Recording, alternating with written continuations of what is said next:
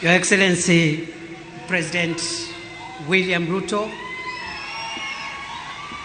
Your Excellency, First Lady Mama Rachel Ruto, all protocols as already established, I ride on them. No arms of government or agencies and the representations of foreign and friendly countries present. Your Excellency, sir, words fail me to explain how grateful I am today. I'll say that I am grateful to Almighty God who orders the steps and the affairs of every human being on earth.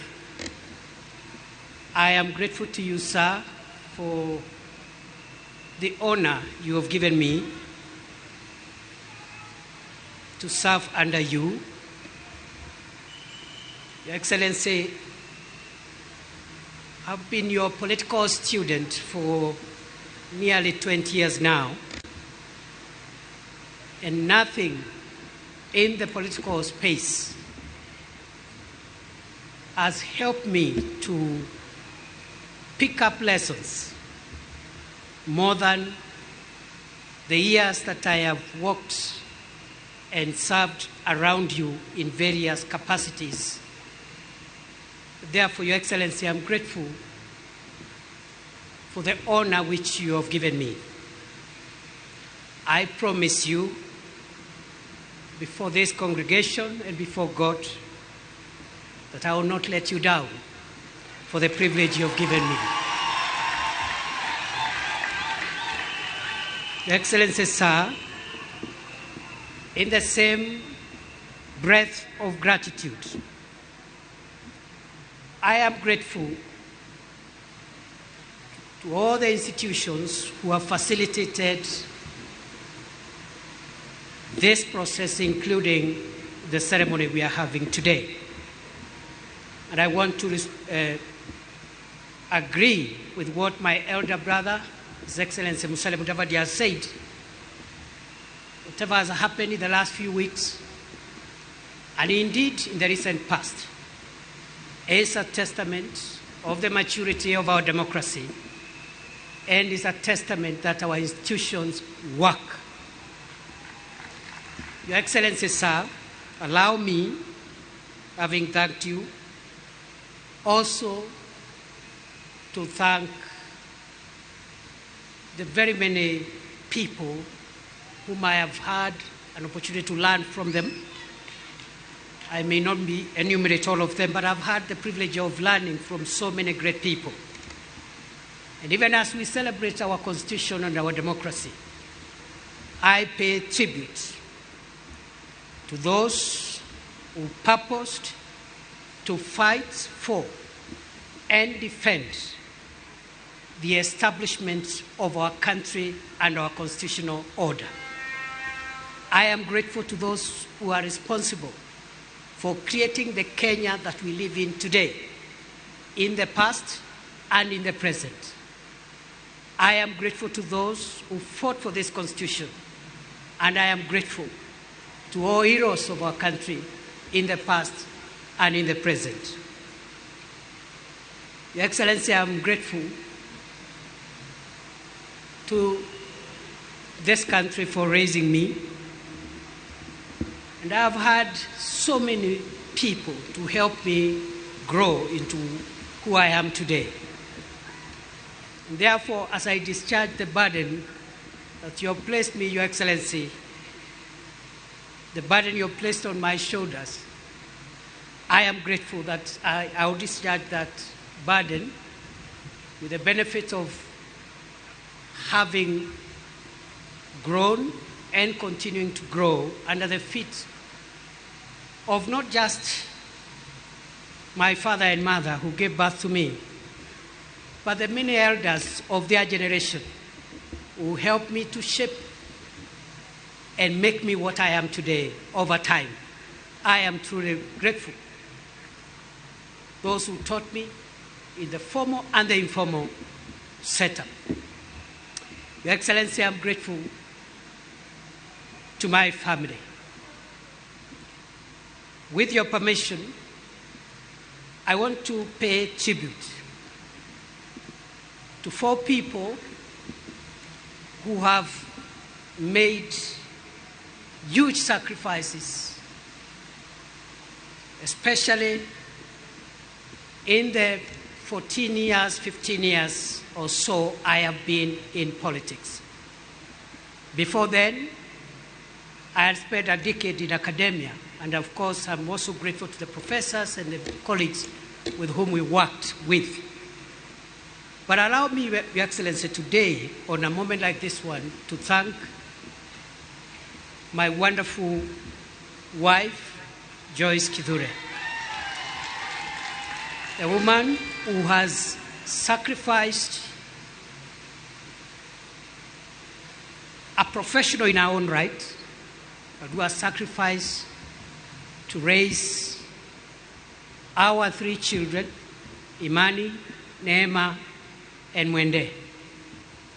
Many days and nights of my absence as I served the country in different roles. I am very grateful to my wife and the children for being the foundation and providing the support that I have always required as I navigate this difficult space of public service. Having finished with gratitude, Your Excellency, I'll say 2 things before I invite you. The first is to affirm that throughout my journey, culminating with this moment, I have come to believe that Kenya is the country of possibility. Your Excellency, for a person such as I to stand here today and take oath of the office of the Deputy President, it can only happen in Kenya. Your Excellency, I was born 52 years ago in one of the remotest parts of Kenya. But because Kenya is the land and the homeland of possibilities, today I, perhaps the most unlikely person, is standing here today because Kenya has made it possible for anybody to become anything in this country. I don't take it for granted. And therefore, Your Excellency, as you lead us into the transformation of our country in the years ahead, I want to commit to support and assist you, together with the other colleagues in government, to realize a Kenya that has even greater opportunities, a more inclusive Kenya, a more democratic Kenya, and a more transformed Kenya. Your Excellency, I'm grateful because of the opportunity that Kenya provides for anyone to aspire to be anything. And therefore, there is no reason going forward why any person from anywhere, from whatever community, creed, religion, should not aspire to become anything in our country, because I am a testament that Kenya is the homeland of possibilities. Finally, Your Excellency, I have reflected on the words of the oath of office I have taken, both the oath of allegiance and also the oath for due execution of the functions of the office of the Deputy President. And in that regard,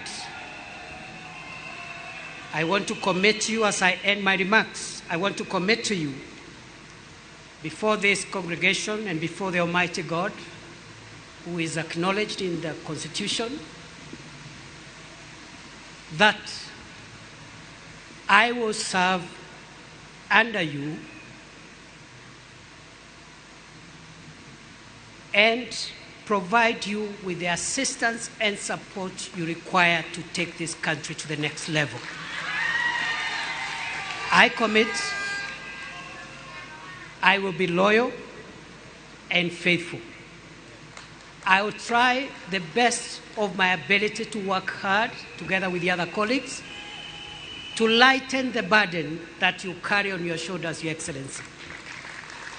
And therefore, I think for me, today is, if I may say so, a day when I have received the highest honor yet of my life. And I don't take that for granted. I want to pray that God will give me wisdom to do what I must. And to the colleagues whom we have worked with and will continue to work with, I want to say that I'll provide continuity so that we can be able to all work together and deliver for this country. I forgot, Your Excellency, to thank, when you gave me the task the last 2 years of serving in the Ministry of Interior, there are wonderful people whom I have worked with. Ngao, the police, the prisons, immigration, and all the departments and agencies in the Ministry of Interior. The little successes that we could have achieved, I attribute those successes to my colleagues. If there have been a few challenges, I take responsibility for those challenges. Your Excellency, with those many remarks, thank you very much for giving this privilege. And I now want to request that we be upstanding as we invite His Excellency President William Ruto to come and address us. Moja, mbili, tatu, ingine.